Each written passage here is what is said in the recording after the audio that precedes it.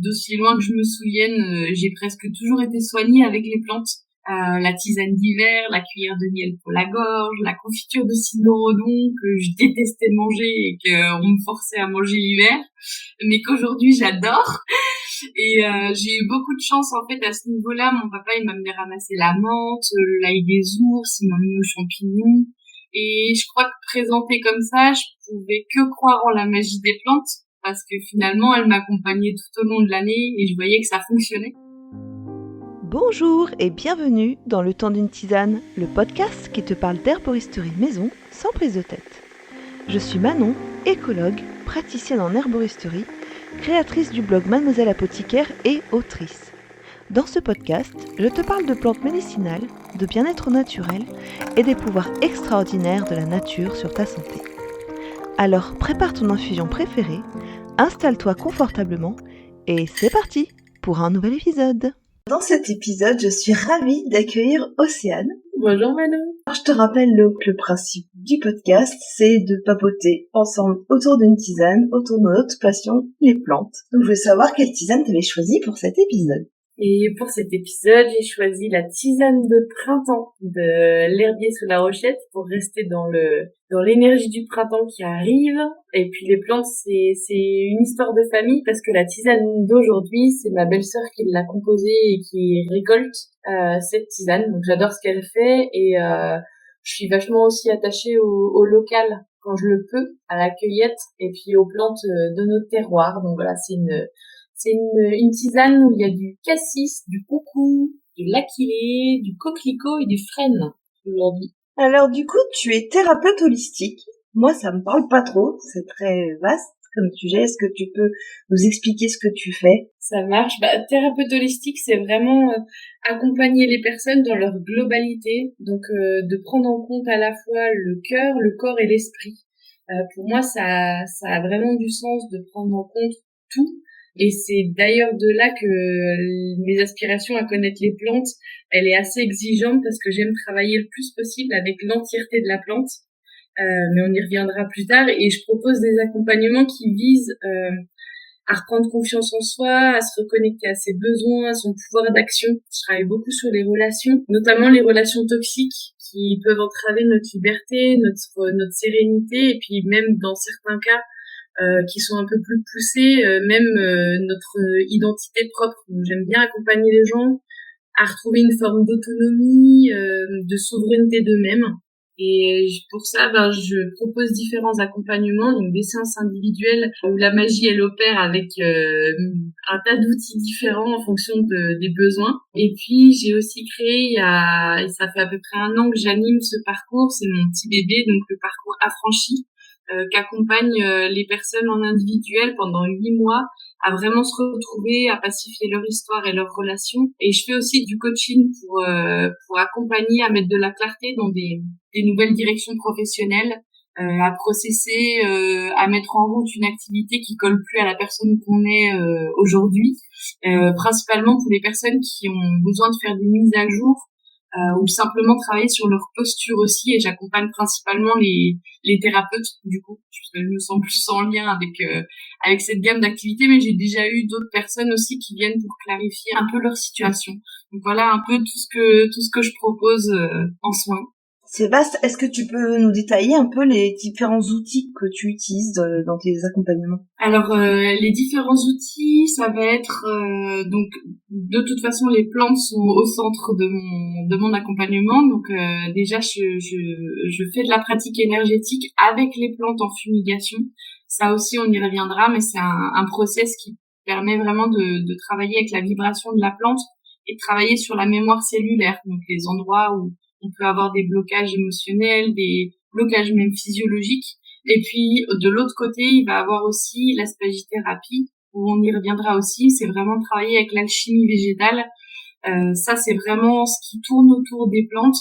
Et après, j'ai aussi fait des formations qui me permettent de travailler avec des leviers de communication, avec des postures ou même des propositions de rituels qui visent vraiment à travailler, comme je le disais tout à l'heure, sur cœur, corps, esprit en même temps. Voilà. Waouh, passionnant. Ça me donne vraiment envie d'en savoir plus. Chouette. Du coup, est-ce que tu pourrais nous raconter un petit peu ton histoire avec les plantes, d'où ça vient, ce lien que tu as noué avec elles? Peut-être qu'il y a eu quelque chose de familial ou une prise de conscience quand tu étais enfant ou voilà. Ben, je crois que j'ai toujours été proche d'elle. En fait, j'ai toujours habité à la campagne. J'ai connu les balades, les cueillettes de saison avec les parents. Ils ont toujours été branchés médecine naturelle et d'aussi loin que je me souvienne, j'ai presque toujours été soignée avec les plantes. La tisane d'hiver, la cuillère de miel pour la gorge, la confiture de cynorhodon que je détestais manger et qu'on me forçait à manger l'hiver, mais qu'aujourd'hui j'adore. Et j'ai eu beaucoup de chance en fait à ce niveau-là. Mon papa il m'a amené ramasser la menthe, l'ail des ours, il m'a amené aux champignons. Et je crois que présentée comme ça, je pouvais que croire en la magie des plantes parce que finalement elles m'accompagnaient tout au long de l'année et je voyais que ça fonctionnait quand j'étais un peu malade. Et du coup je trouvais ça aussi formidable que ça soit à portée de main et que la nature elle soit aussi si généreuse. Donc même si je suis très en lien avec la nature et que j'ai profondément besoin de sentir la terre sous mes pieds, il y a aussi que les plantes elles étaient pour moi synonymes de potions, tu vois, synonyme de magie. Et petite, j'aimais beaucoup expérimenter aussi le fait de faire mes propres parfums avec les plantes du jardin, de faire des élixirs dans ma chambre avec des couleurs de feutre que je mettais dans l'eau. Je tuais absolument tous mes feutres pour faire les plus belles potions. Et du coup, c'est maintenant que je fais le lien, mais dans l'âme, je suis pas vraiment une productrice ou une cultivatrice. Moi, ce que j'aime, c'est vraiment de transformer. J'aime transformer les plantes. Et du coup, tout ce qui est autour de la culture et des producteurs, donc je travaillais aussi beaucoup avec les petits producteurs locaux. C'est vraiment un travail que je respecte énormément. Mais moi, j'aime vraiment transformer. C'est vraiment mon truc, quoi. Donc les plantes, ça a toujours été là. Et petit à petit, ça s'est affiné, peaufiné avec des choses ou des pratiques qui me parlaient plus que d'autres, tu vois. Ouais, je m'identifie vachement à ce que tu dis parce que moi, quand j'étais petite, je faisais déjà des potions dans mon jardin. c'est le meilleur. Je laissais pourrir ça fermentait après, j'essayais de le faire goûter à mon frère, c'était catastrophique le pauvre. Mais c'est comme ça qu'on découvre. Exactement. Est-ce que t'as une plante en particulier qui t'a vraiment fait basculer dans le monde des plantes? Alors ça, c'est comme demander à Harry Potter de choisir un seul sortilège, tu vois. En fait, très jeune, vers 7-8 ans, j'étais déjà super fan de l'encens. Et même du feu, tu vois. Je pense que j'aimais déjà allumer le feu, allumer de l'encens, c'était déjà un truc basique. Et j'avais pas encore compris à quel point je pense que j'allais aimer vraiment ça. Et par exemple, si je rangeais ma chambre, si je faisais un peu de ménage, c'était déjà super clair dans mes rituels de brûler de l'encens, par exemple, déjà à cet âge-là. Et j'étais vachement en lien aussi avec les animaux et avec le monde invisible. Et je me souviens que je brûlais aussi de l'encens parfois en faisant des prières pour les animaux que j'avais perdus, par exemple. Donc c'était normal pour moi et c'était presque plus relié à la gestuelle, à la ritualisation qu'à la plante en elle-même à ce moment-là. Et quand j'ai vraiment été libre de plonger dans l'univers des plantes avec mes techniques à moi et mes plantes à moi, je dirais que le nard de l'Himalaya, ça c'est vraiment une plante qui m'a appris beaucoup et qui m'a en quelque sorte amené aux fumigations. J'ai découvert un livre qui était vraiment écrit sur les onctions sacrées qu'on utilisait depuis des millénaires, mais plutôt sous la forme liquide. Et moi, ça m'a beaucoup inspirée, en fait, notamment, il y a une grosse partie qui parle du nard de l'Himalaya, parce que le nard, il a cette vibration de pouvoir nous connecter à la fois au ciel et à la fois à la terre, et de travailler beaucoup sur nos ombres et sur notre capacité à plonger aussi en introspection. Et en fait, ça m'a beaucoup nourri parce que quand tu regardes une racine de nard, t'as vraiment la plante sous la forme la plus brute possible que tu peux avoir, tu vois. Et ça, c'est vraiment mon dada. C'est vraiment ce qui m'a vraiment animée directement dans ces plantes-là, c'est de travailler le plus possible avec la plante la plus brute. Encore aujourd'hui, j'ai l'impression que tout ce que je déploie autour de la fumigation, c'est comme si quelque part je m'en souvenais parce que personne me l'a jamais appris, tu vois. quelque chose qui devient naturel, c'est comme si ça faisait super longtemps que je faisais ça. Et c'est aussi la fumigation, une forme sous laquelle la plante peut être le plus brute possible. Tu vois, donc c'est ça aussi qui m'a amené jusqu'aux fumigations. Et en fait, je suis un peu comme Obélix, tu vois, je suis tombée dedans quand j'étais petit, et même si pendant une période ça s'est un petit peu endormi, ça a toujours été là. J'ai toujours brûlé des plantes, j'ai toujours fait mes tisanes moi-même. Et mes copains, tu vois, déjà à 14-15 ans, ils me disaient, ouais, mais t'es une sorcière. Quand j'ai eu mon premier appart et que je proposais des tisanes à la maison, les copains, ils se moquaient de moi parce que le sachet, chez moi, ça existait pas, tu vois. C'était quelque chose d'impossible d'avoir des sachets de tisane. Je faisais des tisanes à l'ancienne avec l'épuisette, les salles dans les pots, ce que je fais toujours d'ailleurs. Et voilà, je pense que ça a débuté comme ça. Et puis c'est vrai que c'est vraiment plus tard que, tu vois, à cette époque-là, il y a quelques années, quand j'ai plongé vraiment dans les bouquins, que le nard, ça peut être une des plantes qui m'a vraiment mis sur cette piste-là et sur ce développement-là des plantes. Quand tu dis que la fumigation, pour toi, c'est vraiment une façon de travailler la plante brute, c'est à travers la fumée, c'est à travers le fait que tu prennes la plante brute et que tu la transformes après en gaz. Enfin, comment tu abordes le sujet, en fait? C'est une bonne question. En fait, d'un point de vue vibration de la plante, on n'aura pas la même vibration si on choisit une racine, si on choisit un bouton de fleur, si on choisit une tige. Et moi, j'ai toujours été attirée par les totems parce que je suis convaincue que quand on utilise la médecine des plantes, nous, on est un tout. Et donc, plus on va prendre quelque chose qui a un tout, plus l'équilibre et la biodisponibilité, elle peut se faire tout de suite. Ça, je l'ai compris après aussi dans les formations. Et en fait, la fumigation, si on regarde de plus près, c'est que dans une fumigation, finalement, tout le processus alchimique, il est présent. On va avoir le feu, on va avoir la fumée, on a la transformation de la plante qui devient quelque chose de calciné. Et tout comme dans l'alchimie, d'après Tony Chéron et les spagyristes, ce qu'on développera après, et du coup, moi, j'aime garder cette calcination de la plante. Je la garde en fumigation. J'utilise un chaudron parce que j'adore cet objet. Et du coup, dans mon chaudron, je garde la calcination de la plante parce que elle va, en fait, à ce moment-là, au moment où on met le feu jusqu'à la fin qu'elle soit calcinée, qu'elle ait donné cette fumée, elle va tout donner dans ce processus-là. Il y a une question aussi de toucher. On a la plante dans les mains, de ce qu'elle ressemble. On a à la fois la matière, on a la texture. Est-ce que c'est sec? Est-ce que c'est moins sec? Et tout ça, c'est vachement important, même en termes de sens, parce que c'est aussi les fragrances, c'est aussi un voyage sensoriel. Et ça passe aussi déjà par la matière, tu vois, pour moi. Ouais, hyper intéressant. J'apprends, c'est vraiment passionnant, en vrai. C'est sans fin. C'est ça.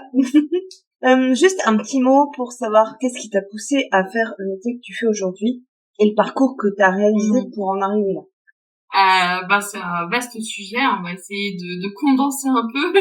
À la base, je suis vraiment sortie, moi, des lettres. J'ai fait un bac L. J'ai commencé à écrire super tôt. Donc j'avais plutôt une fibre artistique. J'ai fait des options d'art et puis après à la fac, je suis partie en art du spectacle. Et du coup, c'était un peu la désillusion, que ça soit dans le monde du livre ou ce que je m'étais auto-publiée de 14 à 17 ans, donc j'avais fait ça déjà super tôt. Et après les arts du spectacle, voilà, je me suis dit bon, c'est pour percer, c'est compliqué, avoir un taf derrière, c'est compliqué. Donc je suis restée avec cette fibre artistique, mais j'ai fait des petits boulots, puis j'ai essayé de vite me tailler à l'étranger aussi. Et je suis partie un an en Australie. Et en fait, en Australie, déjà, j'ai eu une démesure de la faune et de la flore qui m'a vraiment émerveillée. Enfin, j'ai vécu 3 mois dans le bush avec la faune et la flore qui est 3 fois plus grande que toi et qui prend tout l'espace. Donc ça m'a demandé beaucoup de temps d'observation. Et puis comme j'étais déjà vachement en lien avec la nature, ça m'a vraiment nourrie à cet endroit-là, où j'avais plus que ça à faire aussi de mes journées, tu vois, d'être en lien avec tout ça. Et quand je suis revenue, impossible de faire comme si il s'était rien passé pendant un an. Et là, du coup, j'ai bossé, j'ai eu du mal à défaire mon sac à dos. pour être très honnête. Je pensais travailler 2-3 mois et me barrer en Nouvelle-Zélande pour refaire un voyage. Et je suis tombée sur un boulot à la Biocoop en me disant, bah voilà, ça épouse un peu mes valeurs, ça va être cool, je fais ça pendant quelques mois. Et puis, je suis jamais partie. Finalement, j'ai signé un CDI, j'ai rencontré mon futur mari là-bas, et là, du coup, j'ai été formée parce que j'ai repris la responsabilité du rayon compléments alimentaires, plantes, cosmétiques, et j'y connaissais pas grand-chose à ce moment-là, à part moi, ce que je connaissais des plantes avant. Et là, du coup, j'ai mangé énormément de formations en peu de temps. Pendant 4-5 ans, j'ai fait la gémothérapie, les fleurs de bac, l'aroma, plantes médicinales. Enfin, j'ai fait vraiment tout un panel là-dessus. Ça m'a super nourri. Et en fait, quand t'es dans ce cadre-là, bah, on t'explique qu'il y a une grosse différence entre la pharmacopée, ce qui est légal, ce que tu peux dire, ce que tu peux pas dire. Et petit à petit est arrivé le Covid. Et le Covid, ça a vraiment bousculé un peu mes paradigmes parce que ça me suffisait plus en fait. On aidait déjà beaucoup les gens dans le rayon, mais là il y a eu une vague de gens qui arrivaient en pleurs, qui avaient pas d'écoute, qui étaient en détresse, et puis toi t'étais là en train de te dire je peux pas trop lui dire ça parce que c'est pas légal, ça pourrait l'aider mais je peux pas non plus le formuler comme ça.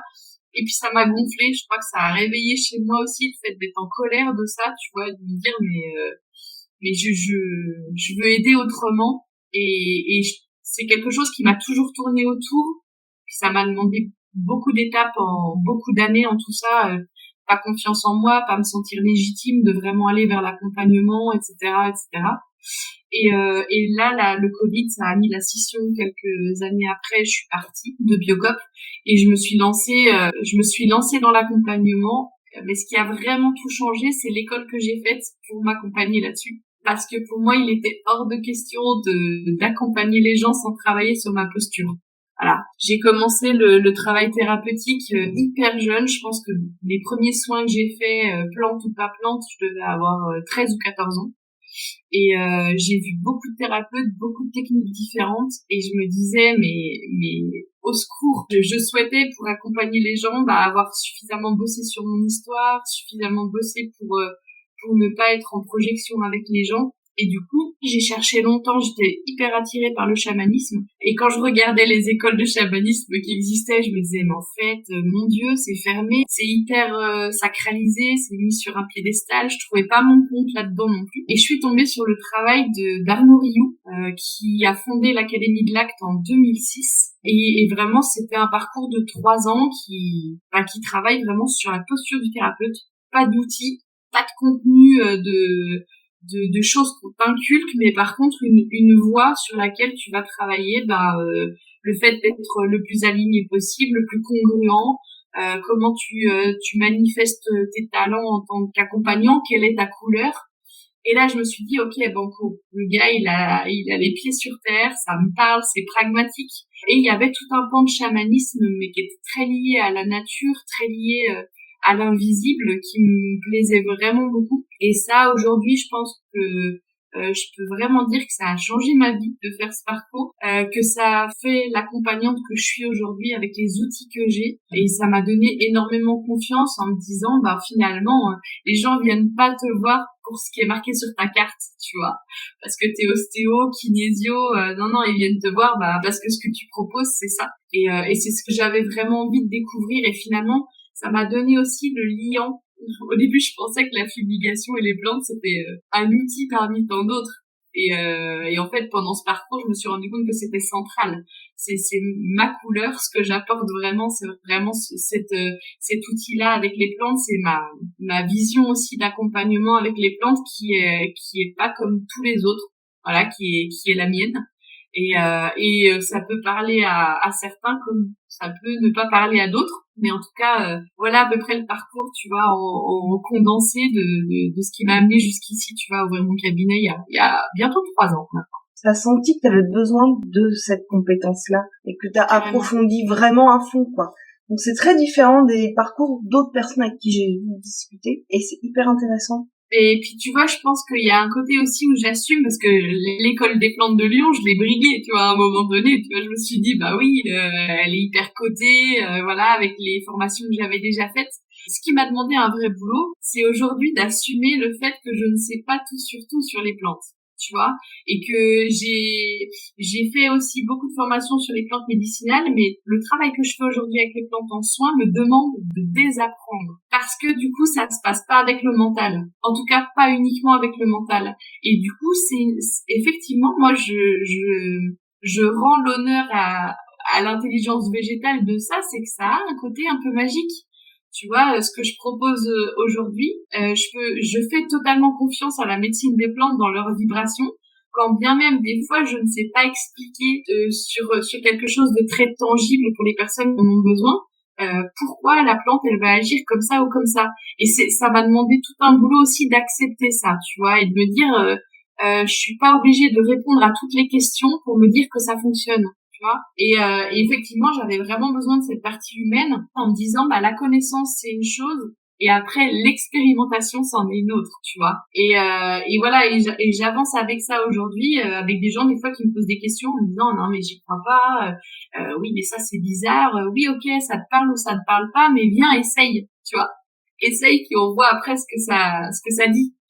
Donc, c'est ça aussi, tu vois, c'est que de sortir de ce carcan, de me dire faut que je fasse une bonne école pour avoir un bon diplôme qui me dise que je peux travailler avec les plantes, et ben j'ai aussi appris à déconstruire ce truc-là, tu vois. Ouais, et je me dis qu'en fait, cette approche-là, elle est plus intuitive, sensorielle, et plus proche des sociétés traditionnelles qui travaillent avec les plantes. Alors que nous, c'est vrai qu'en Occident, on a vachement tendance à intellectualiser tout, quoi. Et toi, ton approche, elle est plus en lien justement avec le sensible énergétique et cette partie instinctive que je pense que les peuples premiers, ils ont développé. Et pour eux, c'est naturel. Et nous, il a fallu qu'on scolarise tout, qu'on classe tout dans des bonnes cases. Et ouais, je pense qu'on a bien besoin de déconstruire ça un petit peu. Ouais. Puis c'est comme si on le savait pas, tu vois, pourquoi on a autant besoin de bouquins, parce que les personnes, comme justement les peuples premiers qui travaillent avec les plantes, bah eux c'est du direct, tu vois. C'est quelque chose que on a tous mais qu'on a perdu. Et quand tu discutes avec eux, ben cette capacité en fait à juste écouter la plante, à communiquer avec elle. Donc, ce qui peut paraître pour certaines personnes quelque chose de complètement lunaire, si tu veux. Mais ça, moi, j'en suis intimement convaincue parce que si aujourd'hui, t'as des personnes qui ne savent pas lire et écrire et qui connaissent plus de 4000 plantes, c'est qu'il y a un autre biais, tu vois, c'est qu'il y a une autre intelligence quelque part. Et moi qui a un mental un peu d'acier, tu vois, qui avait besoin aussi de comprendre, le côté un peu érudit, tu vois, d'apprendre, de retenir, et ben ça m'a demandé beaucoup de travail de me dire ok, il y a ce que tu sais et puis il y a le reste. Et est-ce que c'est pas encore plus fun, tu vois, de surfer aussi sur la partie où ben ça tu sais pas, mais quelque part au fond de toi tu le sais, tu vois. C'est quelque chose effectivement de plus intuitif, mais en plus qui où il n'y a pas de danger, parce que dans ma pratique aujourd'hui, moi ce que j'aime par-dessus tout, c'est de pouvoir montrer aux gens à quel point ça peut fonctionner sans qu'on ingère la plante. Ça c'est très occidental aussi, tu vois. Et aujourd'hui, ben moi j'ai pas de problème d'allergie, ou de gens qui vont me dire bah ça je peux pas le prendre parce que je ne fais pas prendre les plantes par voie orale. Et ça c'était vraiment aussi une volonté que j'avais de me dire on peut travailler en fait avec ces intelligences là sans forcément les ingérer, et c'est pas parce qu'on ingère quelque chose qu'on guérit de quelque chose, tu vois. Ouais, complètement. Et puis avec tout le risque qu'il y a, tu fais de la médecine illégale, des choses comme tout ça, quoi. C'est clair. Et c'est pas un sujet à prendre à la légère, encore plus aujourd'hui, tu vois. Ouais. Mais à partir du moment où on ingère quelque chose maintenant, enfin, tu peux être tranquille pendant des années et du jour au lendemain avoir un problème. C'est pas évident. Ouais, faut être prudent, ouais. C'est aussi une des difficultés de ma pratique aujourd'hui, tu vois, c'est auto-entrepreneur, toi-même tu sais, tu vois, mais pour ce genre de pratique-là, t'as besoin de mettre les bouchées doubles parce que pour que ça soit déjà accessible aux gens, J'avoue, j'ai posté là-dessus il y a pas si longtemps. Ce que je propose, c'est particulier, tu vois. Et c'est pour ça aussi que je propose beaucoup de passer par l'expérimentation, parce que tant que t'as pas senti et tant que t'as pas expérimenté, ben c'est vrai que ça peut rester dans la théorie quelque chose d'assez étrange, tu vois. Donc il y a aussi tout ce travail-là de sensibilisation, assez pratiques qui sont, je l'avoue, pas très connus, tu vois, aujourd'hui chez nous, en tout cas. Il y a un côté un peu ésotérique, parfois qui peut faire peur. Mais bon, après, il faut être ouvert d'esprit, essayer, puis voir, je pense. C'est ça. Alors qu'en plus, tu vois, l'aspagie, par exemple, c'est quelque chose de très scientifique à la base, tu vois. Donc, mais il y a un côté un peu mystérieux, énigmatique dans toute la philosophie de l'aspagierie, où quand les gens lisent des trucs ou me posent des questions, tu vois quand même que effectivement, c'est vite relié à de l'ésotérisme. Donc t'as la partie intuitive qui est vite reliée à ça, puis t'as la partie où tu peux avoir des outils qui sont basés même sur des travaux purs et durs, parce que une formation de spagyrie, il faut la manger quand même, c'est tout un programme, mais voilà, malgré tout, c'est quand même quelque chose qui reste assez énigmatique, tu vois, alors que c'est appuyé sur des travaux, des écrits vachement anciens, et voilà, c'est rigolo, tu vois, des fois de voir la réaction des gens quand t'expliques un peu ce que tu fais, c'est drôle, c'est un nouveau prisme que tu leur donnes, et ça demande aussi un peu d'apprivoisement, tu vois, pour y aller. En parlant de spagyrie, t'as envie de parler de quoi? D'abord fumigation, spagyrie, t'as envie de creuser quel sujet en premier? Bah, on peut commencer par les fumigations, parce que finalement, c'est pas qu'il y a pas tant à en dire, c'est que je rêverais de trouver quelqu'un qui me forme en fumigation. Je peux donner en tout cas ma vision, moi, de la fumigation, moi, qu'est-ce que ça m'apporte, la fumigation, et pourquoi j'ai choisi ça, déjà, parce que entre la fumigation et la spagyrie, le maître mot au milieu, c'est l'alchimie. C'est vraiment ça qui guide mon boulot d'aujourd'hui. Pour moi, il y a beaucoup de gens qui arrivent avec je suis en colère, la colère c'est pas bien. Je me sens pas bien, j'ai eu une vie de merde, j'ai eu des blessures, faut que ça s'en aille. Moi je les mets tout de suite au diapason sur le fait qu'on transforme, on garde ce terreau. C'est notre terreau, c'est là-dessus qu'on est construit, c'est là-dessus qu'on est qui on est aujourd'hui. Donc l'idée c'est vraiment d'aller puiser là-dedans et de se dire comment je le transforme en quelque chose qui me donne de la force, qui me tire pas vers le bas. Donc le processus alchimique il est au centre de tout. Et la fumigation, si tu veux, c'est une énergie. On voit bien, tu vois, le pouvoir olfactif d'un parfum. De nous ramener à des souvenirs en une demi-seconde, d'avoir quelque chose de très fort au niveau émotionnel, rien qu'en sentant une odeur. La fumigation, c'est ça, c'est que dans un premier temps, il y a toujours une plante qui s'invite avant que la personne vienne. De toute façon, j'ai déjà préparé cet espace-là. Des fois, il y en a une qui vient pendant, c'est aussi souvent le cas. Mais ça veut dire qu'en quelques secondes, la personne, barrière mentale ou pas barrière mentale, ça n'aura pas d'impact.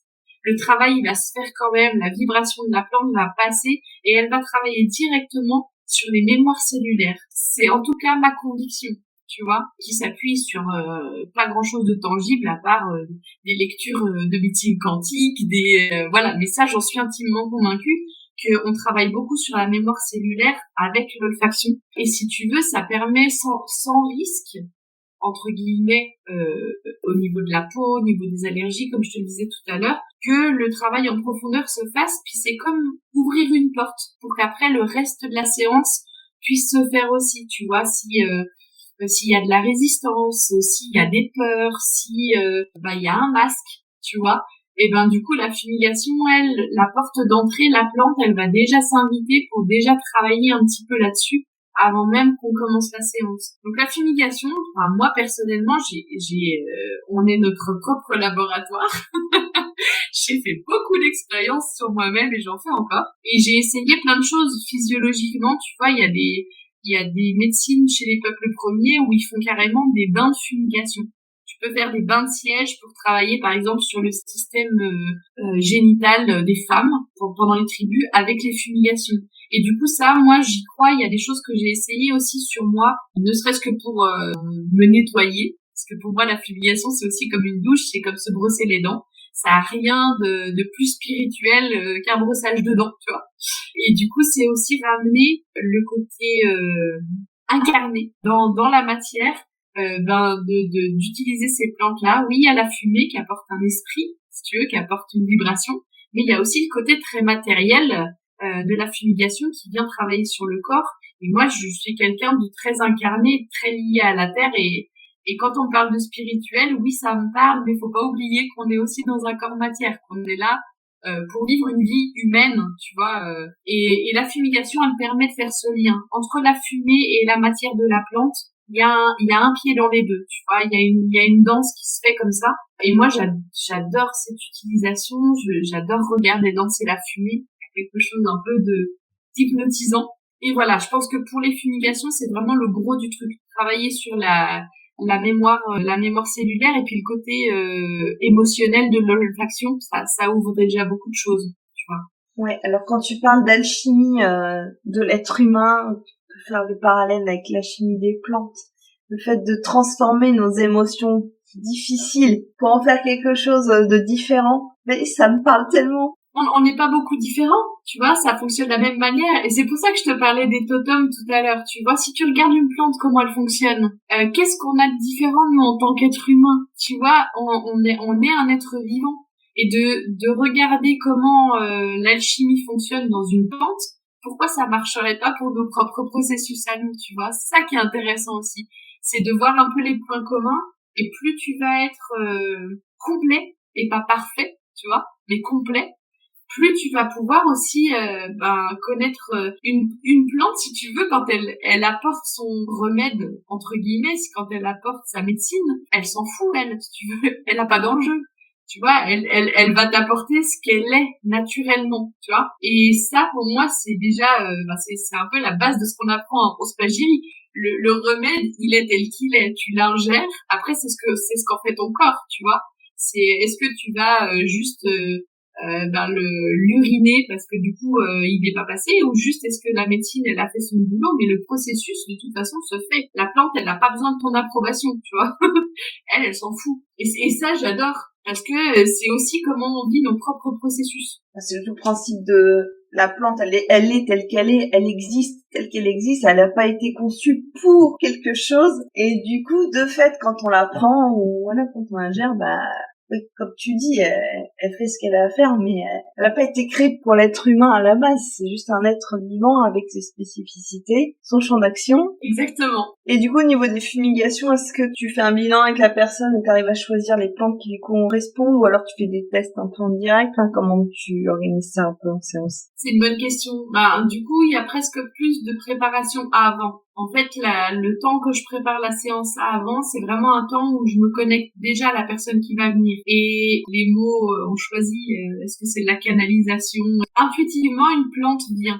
Et des fois, je comprends pas pendant la première demi-heure. Puis après, quand la séance se déroule, la problématique se déroule, je me dis, ah ouais, ok. Et j'accepte de pas comprendre toujours pourquoi.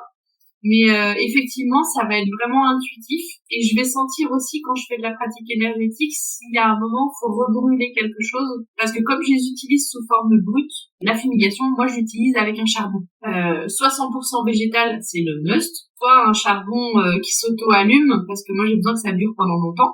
Et une fois que mon charbon est chaud, si tu veux, je vais poser une racine, poser une fleur, et travailler en fait avec ce souffle-là. Je travaille des plumes, et les plumes aussi ont leur symbolique, tu vois. Je travaille des plumes de rapace. Elles sont toutes différentes, et ça sera pas les mêmes à chaque fois, qui vont venir en fonction des problématiques. Et après, on va vraiment fumiguer sur les parties du corps qui ont besoin, sur le corps en entier parfois. Et ouais, ça vient vraiment au feeling. Après, tu vois, c'est encore une autre question peut-être que tu me poseras après parce que je fabrique aussi mes encens.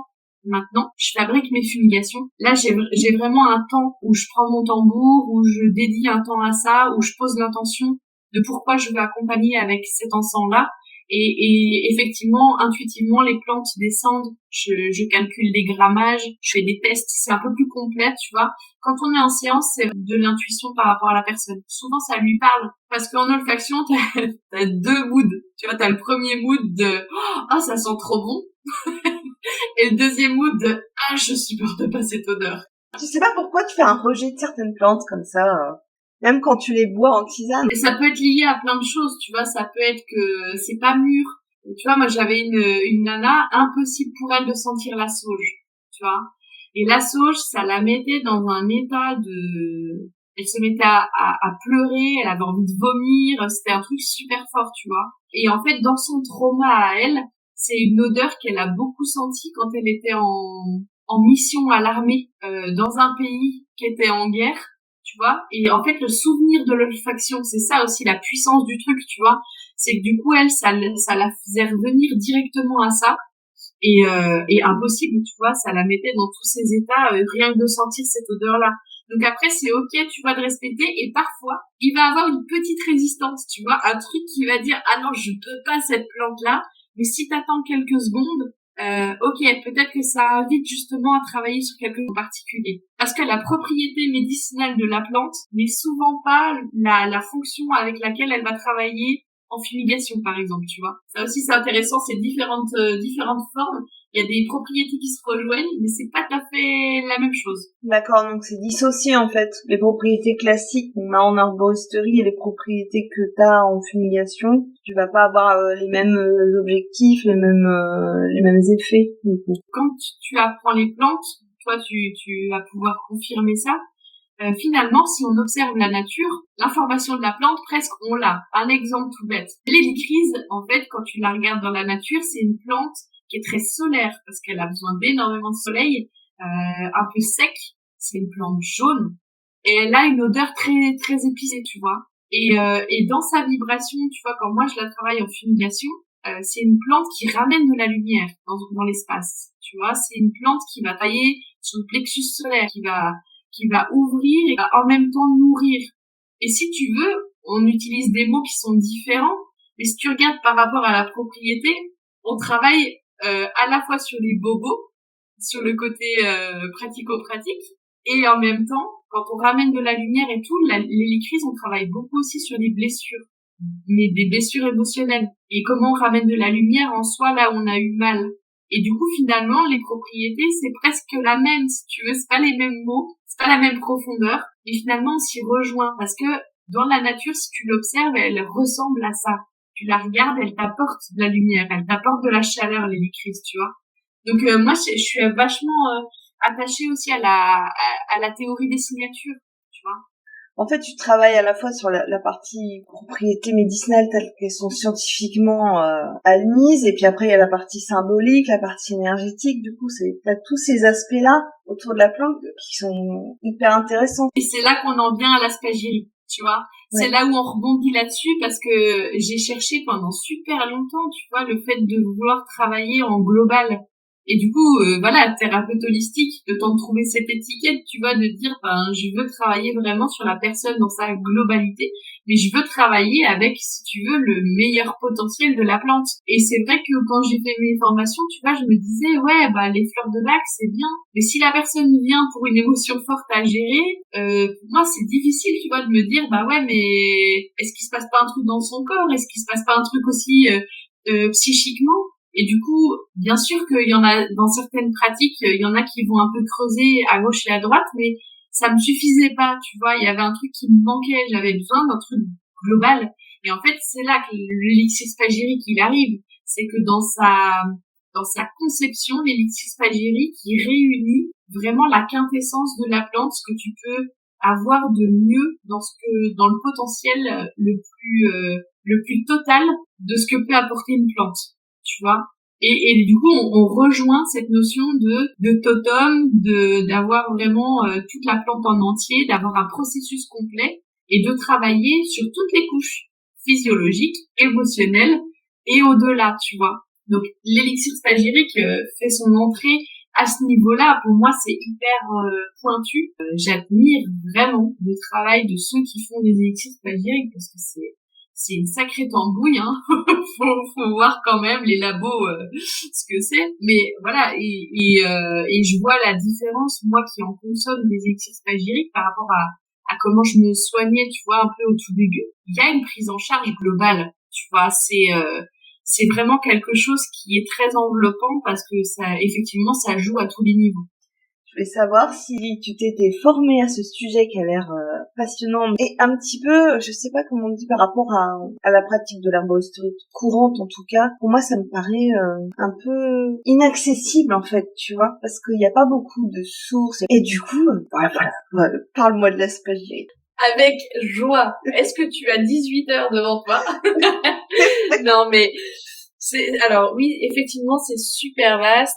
Moi, je suis tombée dedans vraiment il y a 5 ans, voire peut-être un peu plus. Donc, comme je te disais, les plantes, c'est une histoire de famille. Donc, j'ai mon beau-frère aussi et ma belle-sœur, donc qui sont en couple, qui ont été les deux producteurs de plantes médicinales, qui le sont encore.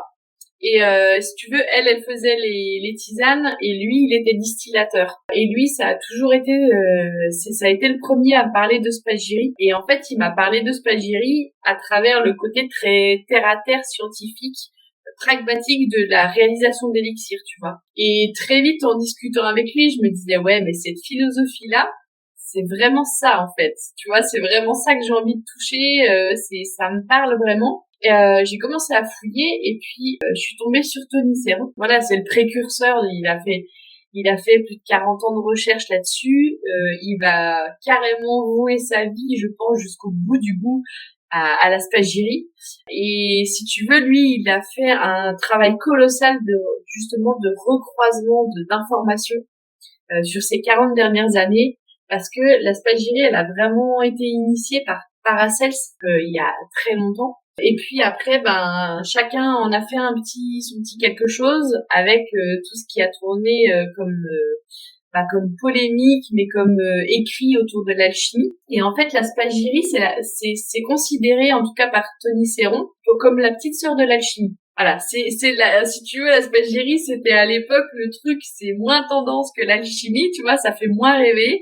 Mais la spagyrie, c'est vraiment l'étude, en fait, de l'alchimie végétale. Et effectivement, moi, je me suis dit direct d'entrée, si je me forme avec Tony. C'est vraiment lui que je veux, parce que c'est un des seuls, si je ne peux pas dire le seul, parce que en vrai j'en ai pas vu d'autres qui travaillent comme lui, qui garde ce qu'on appelle les insolubles. Donc quand tu fais en fait une spagie, un élixir, admettons tu prends une camomille, et par un process alchimique hyper compliqué, tu vas en 3 étapes très grossièrement, je le dégrossis, tu vois. Tu vas récupérer le maximum de ce que tu peux de la plante. Donc tu vas calciner une partie, tu vas distiller une autre partie, tu vas le troisième, je sais plus ce que c'est exactement. Tu vas presser une autre partie. Et puis quand tu as toutes ces parties-là, tu vas les réunir ensemble. C'est spagyrie, c'est spao et aguero, c'est séparer et réunir. Donc l'idée, c'est vraiment après de récupérer une quintessence, de la mettre, il y a tout un process avec la température du corps humain, enfin c'est très compliqué, mais pour qu'à la fin, t'aies le meilleur et de la plante qui soit le plus disponible tout de suite. Mais ce qui plaît dans l'aspagie, c'est aussi toute la philosophie qu'il y a autour de l'aspagyrie, qui est très très liée aux alchimistes, c'est-à-dire d'avoir un processus de transformation, tu vois. On n'en est pas à parler de la pierre philosophale, parce qu'il y en a beaucoup qui en ont parlé. Mais si tu veux, ce qui est intéressant, c'est ça, c'est de prendre en compte que finalement, tu as un microcosme dans un macrocosme, que du coup, tu es vraiment un monde petit dans un monde très grand. Finalement, c'est ce que j'ai appris aussi plus tard en formation, mais c'est ce qu'on appelle la fractale. Ce qui se passe à l'intérieur, c'est aussi le reflet de ce qui se passe à l'extérieur. C'est exactement ce qui se passe en alchimie aussi avec la spagyrie. Et si tu veux, la spagyrie, c'est le travail du mouvement alchimique. C'est-à-dire que on part du principe que chacun a sa propre capacité à se guérir. Chacun est son propre médecin. Et ça, c'est vraiment la base de Paracels, tu vois, c'est vraiment de se dire je remets pas mon pouvoir dans les mains de n'importe qui. Je sais que je suis mon propre médecin à moi, que ça soit pour traiter mes émotions, pour traiter mon physiologique. Et donc la spagyrie, finalement, elle vient vraiment simplement remettre en mouvement quelque chose. Elle vient relancer quelque chose qui peut être coincé dans le corps, qui fait que pour un bug X ou Y, je suis insomniaque, j'ai beaucoup de colère, il y a ceci qui va pas, et ben du coup on va aller voir à quel endroit en fait c'est bloqué, à quel endroit ça ne circule plus pour remettre ce mouvement là à l'intérieur. Et on va utiliser pour ça les élixirs Spagy qui à l'aide d'une petite mallette, tu vois, où on a tous les élixirs dedans. Et si tu veux une séance de spagyrie, c'est quelqu'un de posé sur une table et puis ou assis même, on peut faire assis. Et en fait, on va travailler avec nos propres outils de test, donc soit le test kinésio, sur le test musculaire. Moi, j'utilise le pendule et on va aller regarder à quel endroit il y a des problématiques au niveau des fréquences de notre corps. C'est aussi quelque chose qu'on étudie en formation Spagy. Et à partir de là, on va travailler avec des ondes de forme, donc des petits filtres qui vont avoir à l'intérieur, c'est hyper dense ce que je te dis, j'essaie de résumer, mais dans des filtres, il va avoir des constellations d'étoiles, des lettres hébraïques, des lames de tarot. Donc on croit vraiment à l'onde de forme, qu'est-ce qu'elle apporte sur le corps, et on va diapasonner avec le son un élixir de plante à travers le filtre. Donc il y a le son qui passe, l'onde de forme qui passe, et l'élixir de la plante qui passe pour remettre en mouvement dans notre corps ce qu'on a besoin au moment T. Et à chaque fois qu'on va faire de la spagyrie au niveau thérapeutique, on va se laisser guider simplement par la personne qui est sur la table. À aucun moment c'est nous qui faisons le choix de mettre tel ou tel filtre et c'est ça qui est chouette, c'est vraiment de rendre à l'autre sa capacité à se guérir. Et effectivement, moi je voulais me former avec Tony, donc ça a commencé l'histoire il y a 4 ans, 5 ans. Je l'ai fait venir avec la Biocop à l'époque sur une journée découverte qui a été très très drôle parce que Tony est vraiment un personnage. Quand t'as autant de savoir dans la tête, c'est hyper compliqué parfois de suivre, tu vois, parce que c'est une encyclopédie. Enfin, lui, il a vraiment le tout, puis ça fait 40 ans, donc voilà, mais je voulais vraiment que ça soit lui. Et ça a commencé là, puis après, j'ai jamais lâché. Et dès que j'ai eu un petit peu d'argent, donc j'ai beaucoup lu les bouquins, j'ai beaucoup fait pour moi, j'ai testé la spagy, et puis arrivé à un moment donné, je me suis dit, bon, là, ça fait 4 ans que j'attends, comme ça, là, et j'ai vraiment envie de faire les formations. Et là, du coup, j'en suis à ma deuxième formation avec Elixalp et en fait tu prends le virus assez vite quand t'aimes le monde végétal parce que la philosophie et ce qu'on connaît des plantes, tout va vraiment dans un sens très très humain. Donc voilà, c'est pour moi ça a été une révélation de me dire OK, ça imbrique tout ce que je pense à l'intérieur au niveau spirituel dans quelque chose peut-être de plus scientifique, mais qui parle des plantes. Et du coup, tout se rejoint. Donc, c'est vraiment là où ça devient un outil super intéressant pour moi. Et c'est aussi une porte d'entrée qui, des fois, parle, même si ça paraît pas, parle plus aux gens que la pratique énergétique, tu vois, dans un premier temps. C'est des fois plus concret pour eux. Ouais, parce qu'il y a de la matière. Exactement. Et du coup, tu peux utiliser les élixirs de plusieurs façons, j'imagine. En fait, tu peux les prendre sans avoir jamais fait de séance de spagyrie, tu vois. Tu peux te dire voilà ça me parle parce que à un moment donné je les ai intégrés à la Biocop, donc il a fallu qu'on aille faire une visite, donc je suis allée visiter Aurélie et Tony, j'ai fait la visite du laboratoire pour les faire rentrer à Biocop et c'était un truc un peu lunaire pour les gens qui arrivaient dans les rayons de compléments alimentaires et qui me disaient mais ça c'est quoi? Oui, c'est de la spagyrie, bon ça a pas vraiment pris, tu vois, comme d'autres plantes. Mais en tout cas, j'étais contente de pouvoir le proposer et effectivement, il y a des gens, tu vois, qui l'ont essayé et ce qu'on expliquait, c'est ça, c'est que du coup, tu as un champ d'action qui est beaucoup plus vaste que si tu prenais juste une fleur de bac, juste une gémothérapie. Et c'est vrai que tu peux prendre juste l'élixir en pur. Tu peux des fois le mettre parce que des fois, c'est trop chahutant. Tu vois, de le prendre par voie orale. Tony, c'est déjà arrivé qu'ils nous disent, si c'est trop fort pour les gens, du coup, c'est de le poser sur un mouchoir et de le sentir, de l'avoir dans la poche.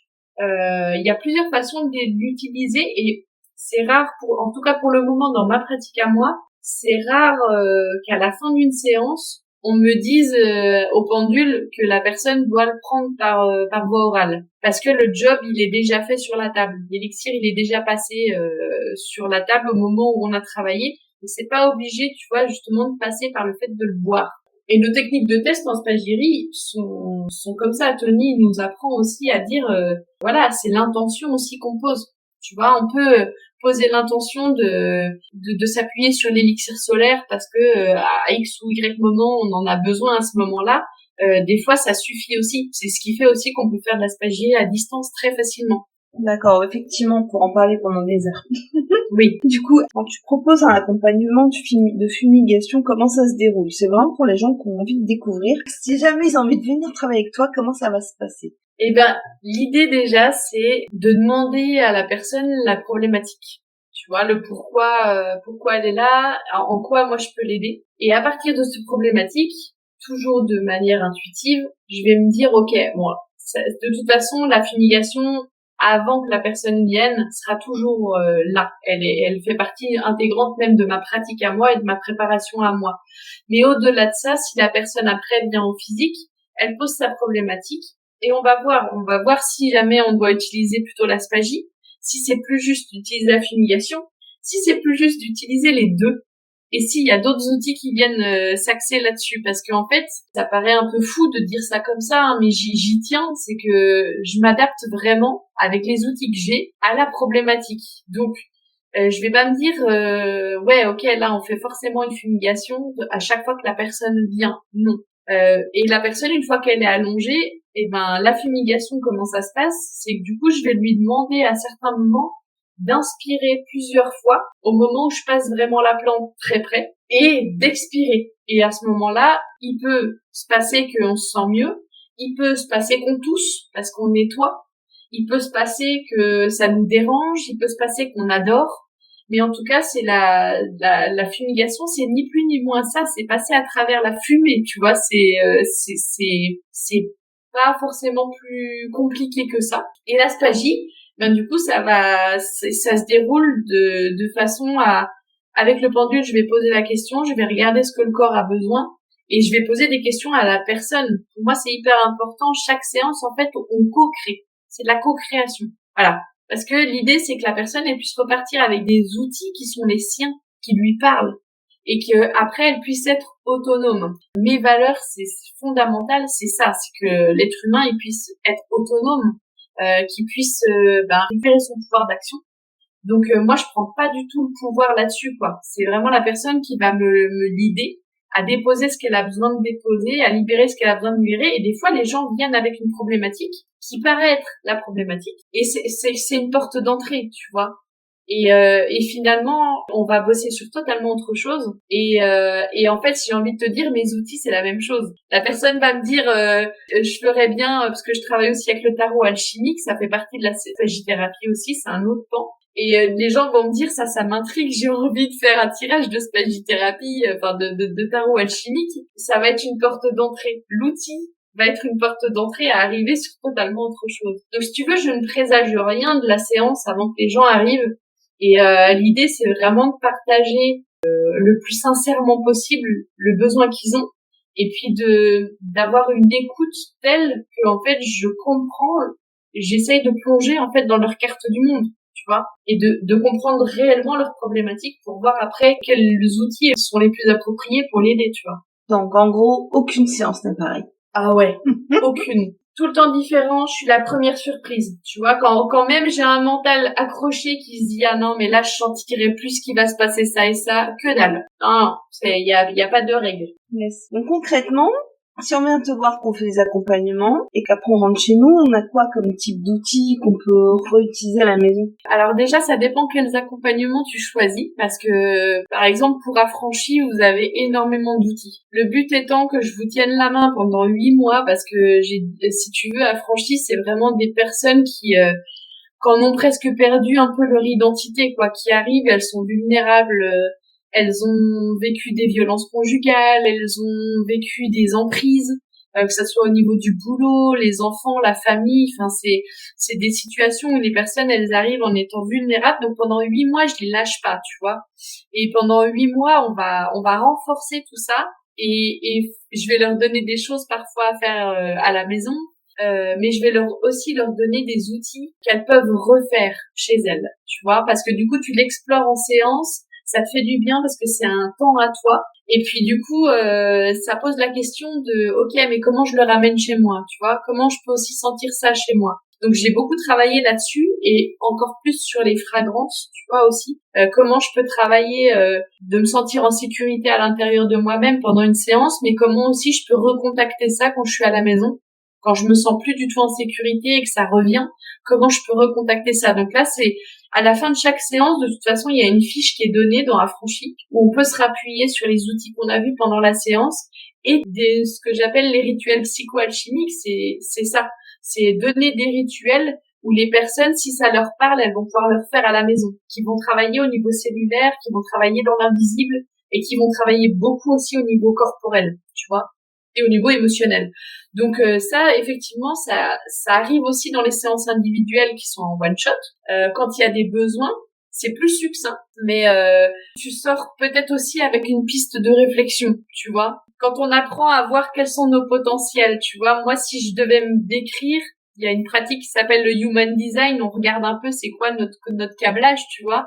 Moi, je suis manifesteur. Les gens, clairement, ils viennent chez moi pour passer à l'action. Voilà, ça je le sais, je l'assume maintenant. Tu vois, il y a des gens que parfois ça peut effrayer, c'est pas des gens qui vont venir chez moi. Tu vois, et l'énergie que j'ai, c'est ça. Les gens, ils vont venir pour passer à l'action, ils viennent pour avoir un déclic de quelque chose, pour pouvoir se remettre en mouvement. Ça suit aussi le process alchimique, si tu veux.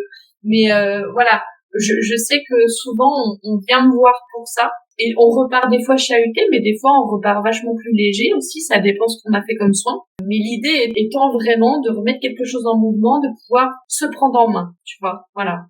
Du coup, faut pas avoir peur de se faire bousculer des fois dans ses émotions, j'imagine. Parce que ça a fait bouger des trucs, mais c'est du positif quand même, mais faut être préparé quand même un petit peu, je pense. C'est toujours du positif, mais c'est pour ça aussi qu'il y a une progression, tu vois, oui, alors tu vois, c'est marrant comment on associe passage à l'action à quelque chose qui fait flipper, tu vois, et qui est challengeant. Oui, ça arrive dans certains cas, mais il y a aussi beaucoup de douceur, tu vois, dans mes accompagnements. Et j'essaye aussi de casser cette idée que, faut aller travailler sur soi, ça veut dire qu'on va en chier, ça veut dire qu'on va pleurer, ça veut dire que ça va être dur. Non. En fait, il y a des fois où c'est aussi des vraies révélations, des vraies libérations, se dire ouais, je peux déposer ça là, et en fait c'était simple et c'était doux et ça m'a fait un bien fou et juste j'aurais pas pensé, tu vois. Et effectivement, ma première question que je vais poser, c'est est-ce que t'as vraiment envie de changer de situation? Est-ce que t'as vraiment envie d'aller mieux, tu vois? Parce qu'effectivement, si jamais tu veux aller mieux, ça te demande de passer à l'action. Ça te demande de changer le process et la situation dans laquelle tu es.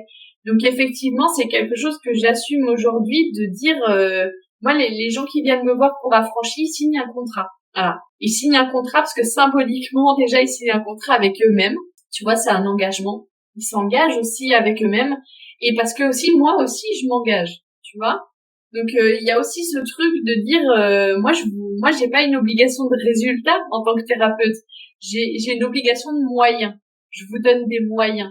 Et après justement, s'il n'y a pas votre patte à vous, s'il n'y a pas un moment où vous y mettez votre volonté, votre envie, et ben effectivement, j'ai pas de baguette magique, tu vois. Donc voilà, moi j'aime bien travailler là-dessus parce que les gens qui viennent en général, ils viennent aussi pour creuser, tu vois, un peu pour changer de façon de voir les choses, de perception. Et voilà, ça permet des fois en douceur, des fois il se passe des gros trucs, mais pas forcément douloureux, tu vois. D'accord. Où est-ce que tu te verrais dans 5 ans? Trop bonne question.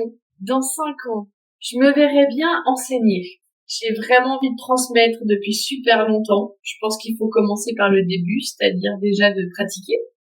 Mais j'ai vraiment envie de transmettre.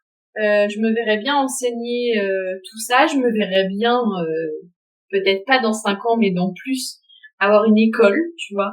Avoir une école de la vie, quoi, où on nous apprend tout ça, on nous apprend à être connecté à notre intuition, on nous apprend à être en lien avec la nature, avec tous ces instincts-là qu'on a depuis le début. Ça serait mon rêve. Et puis j'ai posé l'intention il y a 4 ans de travailler avec l'Académie de l'Acte qui m'a formée. Et aujourd'hui, c'est en train de se produire dans 5 ans. je me verrais bien enseignante, tu vois, de la voie de l'acte aussi, et de pouvoir accompagner les gens dans le même process que moi j'ai vécu, parce que c'est des transformations qui sont magnifiques. Et voilà, et toujours avec une envie de voyager, tu vois, de continuer à explorer, de découvrir des plantes. Beaucoup de projets en tête, de vouloir aller vraiment auprès des peuples premiers, tu vois, pour aller vivre aussi ces process-là, découvrir les médecines encore autrement. Un vaste programme. Et quel conseil précieux tu donnerais à quelqu'un qui a envie de se reconvertir dans un métier de soins, en lien avec les plantes, ou même s'intéresser à tous ces aspects de fumigation? Eh ben, je lui dirais expérimente, passe à l'action. Tu vois, c'est vraiment, je suis une empiriste dans l'âme. La théorie c'est cool, mais en fait, si on n'ose pas, si on va pas tester les choses, si on peut pas savoir si elles sont bonnes pour nous ou pas, si on les sent pas. Et moi, j'ai été beaucoup déconnectée de mon corps pendant des années, et aujourd'hui, j'ai reconnecté à ça. J'ai vraiment besoin de sentir. Donc, je dirais, mais faut expérimenter, faut voir si au plus profond, tu vois, ça nous parle, et si vraiment ça nous rend heureux, si on sent qu'il y a un truc qui vibre. Cette question, elle est vaste parce que c'est de dire de pas avoir peur de rêver gros, tu vois, de pas avoir peur d'avoir une vie extraordinaire, d'accepter de se tromper aussi pour apprendre, d'accueillir toujours ça comme une expérience qu'on vit supplémentaire et pas comme un échec. Et tu vois, t'as engendré aussi un autre conseil, c'est que j'apprends tous les jours parce que j'y suis encore pas, tu vois. Et c'est la constance. C'est d'être persévérant, tu vois. C'est quand on sent que ça vibre fort et que ça nourrit profondément ce qu'on est, bah, faut rien lâcher, quoi, tu vois. Moi, je sais aujourd'hui que je me bataille, ça fait que 3 ans, j'en suis au début du chemin, tu vois, mais je sais qu'il faut pas que je lâche, tu vois. Il y a vraiment un truc profondément où je me dis, mais je me vois faire rien d'autre que ça, tu vois. Donc, si ça parle aux gens, tu vois, vraiment de se reconvertir et d'avoir cette fibre-là, mais que ça soit dans tout, hein, de toute façon, d'ailleurs, expérimentez, vivez-le, le truc, tu vois. C'est ça, oser. C'est ça. Alors du coup, où est-ce qu'on peut te retrouver? On peut me retrouver dans le Jura, à la campagne, petit village de Conliège. Je suis aussi présente pas mal sur les réseaux, donc plus Insta, mais je suis aussi sur Facebook. Mon site internet, logistique.fr. Il y a Résalib pour la prise de rendez-vous en ligne. J'ai essayé d'être un peu connectée, tu vois, aussi pour expliquer tout ça, parce que je me suis bien rendu compte que si je ne présentais pas ce que je faisais, on ne connaîtrait pas ce que je fais. Donc voilà, j'essaye un peu d'être présente là. Et puis on me retrouve aussi, vu que je suis en double activité avec les enfants, on me trouve aussi sur les petits marchés de producteurs. Voilà. Ça me permet aussi de parler de ma pratique quand les gens y creusent un peu. Et en même temps, j'aime bien aussi ce côté de retrouver des petits producteurs locaux. Tu vois, c'est quelque chose de moins justement ésotérique. Je fuis les salons du bien-être. Voilà, ça c'est j'ai vraiment beaucoup de mal. Je suis moins branchée là-dedans, alors que les petits producteurs, tu vois, d'être à côté d'un gars qui fait son pain ou d'une nana qui fait des élixirs de plantes, tu vois, ça me parle plus. Donc là, la saison des marchés recommence. J'attaque dimanche, tu vois, et on peut aussi me retrouver sur les petits marchés. Et est-ce que tu auras un petit mot de la fin pour clôturer cet épisode incroyable et riche? Eh ben, j'avais une petite anecdote, tu vois, je me disais, vu que t'aimes bien les petites anecdotes, et c'était un truc aussi qu'on m'avait demandé, mais je vais jamais nulle part sans mon chaudron. C'est le petit mot de la fin, c'est que du coup, je saoule mon mari, mais je pars nulle part sans avoir un brin de sauge et mon chaudron.